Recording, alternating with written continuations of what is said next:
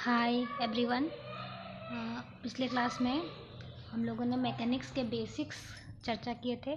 इस क्लास में हम लैब असिस्टेंट का जो फर्स्ट टॉपिक है कंजर्वेशन लॉ मैकेनिक्स का, उसका थ्योरी देखेंगे। तो कंजर्वेशन लॉ हमको पढ़ना है। कंजर्वेशन लॉ 3 प्रकार का पढ़ना है। Conservation of linear momentum, conservation of linear momentum है ना, और second conservation of angular momentum, और थर्ड कंजर्वेशन ऑफ एनर्जी। इसी के अंदर हम पढ़ेंगे वर्क एनर्जी थ्योरम।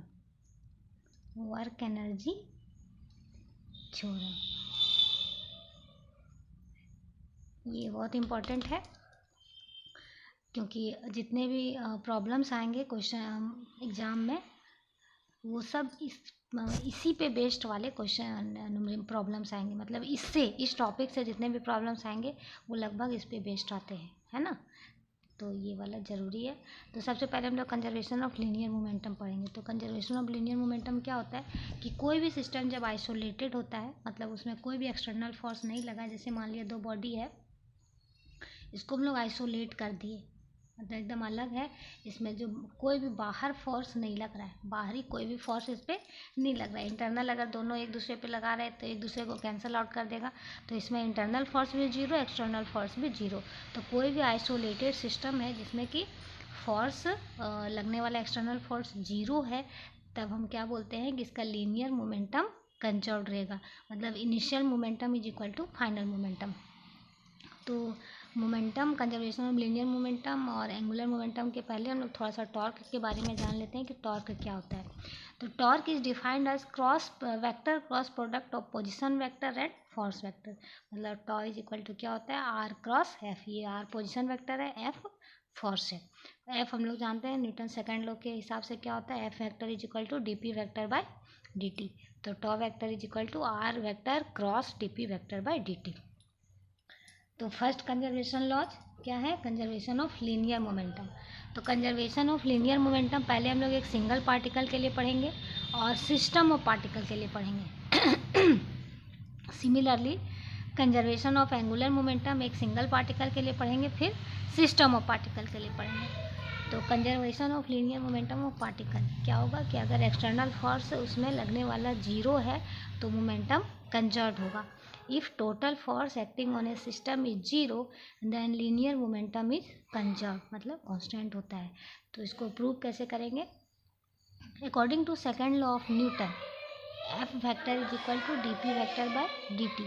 तो अगर एक्सटर्नल फोर्स जीरो है, मतलब D P vector by D T is equal to, तो D P vector by D T zero हो गया। तो किसी भी डिफरेंशिएशन किसी भी क्वांटिटी का जीरो कब होता है, जब वो कांस्टेंट होता है। तो D P by D T zero है, मतलब पी क्या है, कांस्टेंट है। तो लीनियर मोमेंटम कंजर्व कब, जब F is equal to zero. उसी तरह से हम लोग एंगुलर मोमेंटम का देखेंगे, conservation of angular momentum of particle. तो if the total torque acting on a system is zero, the angular momentum is conserved, है ना। तो अगर एल टॉर्क जीरो होगा तो एंगुलर मोमेंटम कंजर्व होगा। Angular momentum is equal to क्या होता है, हम लोग पिछले क्लास में यही सब देखे कि L vector is equal to R vector cross P vector. Linear momentum के मोमेंटम को हम लोग एंगुलर मोमेंटम बोलते हैं।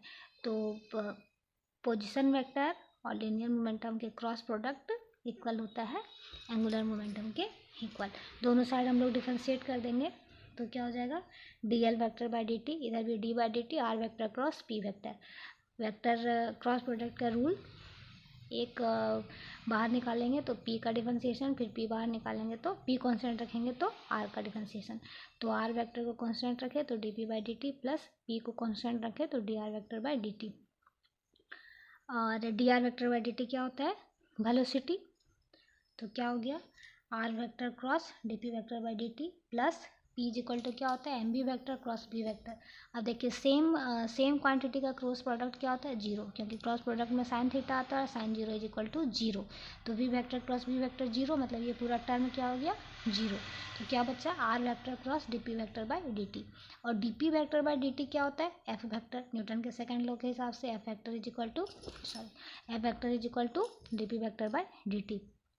हम लोग पहले ही पढ़े कि अभी कुछ देर पहले पढ़े कि जो टॉर्क होता है वो क्या होता है, vector cross product of position vector and force. तो आर वेक्टर क्रॉस एफ हो गया टाउ, तो अगर टाउ जीरो तो D L vector by D T zero, और D L vector by D T zero मतलब L vector is equal to constant. तो ये हो गया कंजर्वेशन ऑफ एंगुलर मोमेंटम। अगला है conservation of linear momentum of A system of particles. ये हम लोग को ये सेम चीज़ है कि अगर कोई भी सिस्टम है, अगर उसमें टोटल फोर्स जो बाहर से लग रहा है वो जीरो है तो लीनियर मोमेंटम कंजर्व होगा। ये इसका पूरा डेरिवेशन है, लेकिन ये हम लोग को ज़रूरी नहीं है क्योंकि प्रॉब्लम सॉल्व करने के लिए तो इसका कोई ख़ास यूज़ नहीं होता है। बस ये चीज़ याद रखना है कि टोटल फोर्स अगर जीरो है तो टोटल मोमेंटम कंजर्व होगा। सेम चीज़ में फाइनल यही निकला कि अगर आई पार्टिकल है उसका फोर्स इतना है तो उसका समेशन करेंगे टोटल एन पार्टिकल के लिए, सेम इधर है, ये जरूरी नहीं है। अब ज़रूरी चीज़ हमको है ये वाला conservation of energy. Conservation of energy, conservation of energy जानने के पहले हमको थोड़ा सा वर्क एनर्जी थ्योरम जानना पड़ेगा, है ना। तो वर्क एनर्जी थ्योरम क्या होता है, उसको प्रूव करने के लिए, उसको जानने के लिए हम कोई भी एक सिस्टम लेते हैं। जैसे कि मान लिया हम यहाँ एक देखिए एक मास लिए हैं, एम मास का एक बॉडी है, उसको एक स्प्रिंग से कनेक्ट कर दिए हैं, ये देखिए रफ बॉडी है ना। तो ये जो बॉडी है इसमें कौन कौन सा फोर्स लगेगा, जैसे इस पर एक नॉर्मल फोर्स लगेगा इधर से, जैसे देख लीजिए पहले ये एम मास का बॉडी है जिसपे हम एक ऊपर से फोर्स लगाते हैं। तो ऊपर से जब हम फोर्स लगाएंगे तो ये स्प्रिंग दबेगा, है ना। तो ये स्प्रिंग दबेगा तो ये स्प्रिंग भी अपोज करेगा। ऊपर से हम एक्सटर्नल फोर्स लगा रहे हैं तो स्प्रिंग किधर से फोर्स लगाएगा, नीचे से। तो अगर एफ एक्सटर्नल ऊपर से लग रहा है तो स्प्रिंग फोर्स लगेगा नीचे से ऊपर। अब ये बॉडी इस दीवार में है, वॉल में है, तो नॉर्मल फोर्स लगेगा इसमें, इस डायरेक्शन में। तो अगर हम लोग जिस तरह से न्यूटन के सेकंड लॉ के हिसाब से जानते हैं कि net force is equal to क्या होता है, मास इनटू एक्सेलरेशन, है ना, मास इनटू एक्सेलरेशन। अब देखिए एफ नेट मतलब टोटल फोर्स, तो इसमें कितना प्रकार का फोर्स लग रहा है, ये एक्सटर्नल फोर्स, स्प्रिंग फोर्स और नॉर्मल फोर्स। और ये रफ सरफेस है तो एक फ्रिक्शन फोर्स भी लगेगा, है ना, एक नॉर्मल फ्रिक्शन। अगर ये मोशन इस साइड कर रहा है तो फ्रिक्शन फोर्स का डायरेक्शन ऊपर होगा, अपोज करेगा मोशन को। तो कितना फोर्स हो गया, F external plus F S plus F G, मतलब एफ जी क्या हो गया, ग्रेविटी वाला फोर्स। ऊपर मास है तो एम जी, नीचे फोर्स लग रहा है ग्रेविटी वाला force, plus normal force plus friction force is equal to mass into acceleration. Acceleration को देखिए हम लोग यहाँ कैसे लिख सकते हैं, ए इज इक्वल टू क्या होता है, rate of change of velocity. अब हम D x by D x से इसको मल्टीप्लाई कर देते हैं तो D x by D T क्या हो जाएगा, भी वेलोसिटी हो जाएगा, D x by D T बचा क्या, डी भी बाई डी एक्स। हम सेम चीज़ यहाँ लिख दिए, ये टोटल को हम एफ नेट ही यहाँ लिखते हैं। तो एक्सेलरेशन की जगह पे क्या हो गया, velocity into D V by D X. अब हम दोनों साइड इंटीग्रेट करते हैं, डी एक्स को इस साइड कर देंगे तो F net into D X is equal to M B D B. और फोर्स इंटू डिस्प्लेसमेंट क्या होता है, work done. Force into displacement क्या होता है, work done. Work done is equal to force into displacement. इसलिए पहले वाले क्लास में हमने ये बेसिक बताया था आप लोग को कि work done is equal to force into displacement. तो F net into D X को हम लोग डब्ल्यू नेट लिख सकते हैं, इंटीग्रेट किए। ये वेलोसिटी, इसमें वेरिएबल क्या है, वेलोसिटी, वेलोसिटी चेंज होगा। तो इसको मान लिया इनिशियल वेलोसिटी u है और फाइनल वेलोसिटी v है, तो लिमिट क्या लिए, u इंटू भी।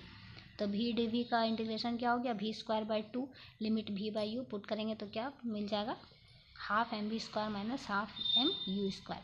तो इससे हमको क्या मिला, देखिए half M B square final kinetic energy है, half M U square initial kinetic energy है। तो इस चीज़ से हमको ये मिला कि वर्क डन, जो टोटल वर्क डन होगा इस मास वाले बॉडी को हम अगर एक्सटर्नल फोर्स लगाएं तो ये जो मूव करेगा, तो इसमें जितना सब फोर्स मिला के इस पर जितना काम होगा, इस बॉडी को मूव कराने में सब फोर्स मिला के जितना वर्क होगा वो इक्वल होगा कितना, किसके, इसमें जो इसके जो काइनेटिक एनर्जी में चेंज हुआ है, उसके इक्वल होगा। मतलब इस बॉडी को डिस्प्लेस करने में, इस बॉडी को इसको मोशन करवाने में हमको जितना भी काम करना पड़ा, काम कौन कौन किया, एफ एक्सटर्नल किया, एफ स्प्रिंग फोर्स किया, एफ mg किया मतलब ग्रेविटेशनल फोर्स किया, फ्रिक्शनल फोर्स भी काम किया है, नॉर्मल फोर्स भी काम किया, जो जो फोर्स किया सब फोर्स मिला के जो काम किया वो किसके इक्वल होगा, इसके चेंज इन काइनेटिक एनर्जी के इक्वल होगा। तो W net work done is equal to change in kinetic energy. ये बहुत इंपॉर्टेंट टर्म है, ध्यान रखिएगा, क्योंकि इससे जितने भी प्रॉब्लम्स कंजर्वेशन लॉज में हैं लगभग अगर इसको यूज करके हम बना सकते हैं, इसको यूज करके हम ये बोल सकते हैं कि 100% क्वेश्चन हम सॉल्व कर सकते हैं कंजर्वेशन लॉज पे अगर बेस्ड है, कंजर्वेशन ऑफ एनर्जी पे बेस्ड है। तो वर्क टोटल अगर हम लोग बोले work done, net work done, तो किसके किसके कारण होगा, work done by external force, work done by conservative force, work done by non conservative force. Conservative non conservative क्यों लिखे, देखिए यहाँ ग्रेविटेशनल फोर्स है ना, ग्रेविटेशनल फोर्स, स्प्रिंग फोर्स, ये कंजर्वेटिव फोर्स है। ये कैसा फोर्स है, कंजर्वेटिव फोर्स। कंजर्वेटिव फोर्स मतलब ये पाथ डिपेंडेंट नहीं है। हम लोग पहले क्लास में पढ़े कि conservative force non conservative force क्या होता है। तो ये मेरा ये फोर्स क्या है, पाथ डिपेंडेंट नहीं है। उसके बाद फ्रिक्शनल फोर्स मेरा नॉन कंजर्वेटिव फोर्स है, ये पाथ डिपेंडेंट होता है, तो ये नॉन कंजर्वेटिव फोर्स होता है। तो इसीलिए हमको एक टाइम में हम लिख दे कि F external, external force plus F conservative force plus F non conservative force. तो work done by external force, work done by conservative force और work done by non conservative force क्या होगा, चेंज इन काइनेटिक एनर्जी। तो total work done क्या होता है, change in kinetic energy. यही मेरा वर्क एनर्जी थ्योरम है। अब वर्क डन अगर हम इसको मान लिया कंजर्वेटिव फोर्स को, work done by conservative force को इस साइड कर दें तो क्या हो जाएगा, work done by external force plus work done by non conservative force is equal to change in kinetic energy minus work done of by conservative force. और ये चीज़ ध्यान में रखना है कि हमेशा potential change in potential energy होता है minus work done by conservative force. तो माइनस WC की जगह पे हम लोग UF माइनस UI लिख देंगे। तो work done by external force plus work done by non conservative force क्या हो जाएगा, final kinetic energy plus potential energy minus initial kinetic energy potential energy. और ऐसे देखा जाए तो 90% केस में क्या होता है कि एक्सटर्नल फोर्स के कारण वर्क डन और नॉन कंजर्वेटिव के द्वारा वर्क डन 0 ही रहता है। तो इस केस में क्या होगा, तो जब एक्सटर्नल फोर्स मेरा 0 रहे, नॉन कंजर्वेटिव फोर्स के कारण लगभग वर्क डन 0 ही रहता है, तो जब एक्सटर्नल फोर्स के कारण वर्क डन 0 रहे तो क्या हो जाएगा, एनर्जी मेरा टोटल एनर्जी कंजर्व्ड रहेगा। मतलब जब एक्सटर्नल फोर्स 0 है या फिर एक्सटर्नल फोर्स के कारण वर्क डन मेरा 0 है या फिर नॉन कंजर्वेटिव फोर्स के कारण जब वर्क डन मेरा 0 है, मतलब फाइनल एनर्जी टोटल एनर्जी है ना, total energy total initial energy is equal to total final energy. यही होता है कंजर्वेशन ऑफ एनर्जी। और वर्क एनर्जी थ्योरम क्या हो गया कि work done by all forces is equal to change in kinetic energy. और कंजर्वेशन एनर्जी क्या हो गया कि work done by external forces या फिर कोई भी एक्सटर्नल फोर्स अगर एब्सेंट हो तो टोटल एनर्जी कंजर्व्ड होगा।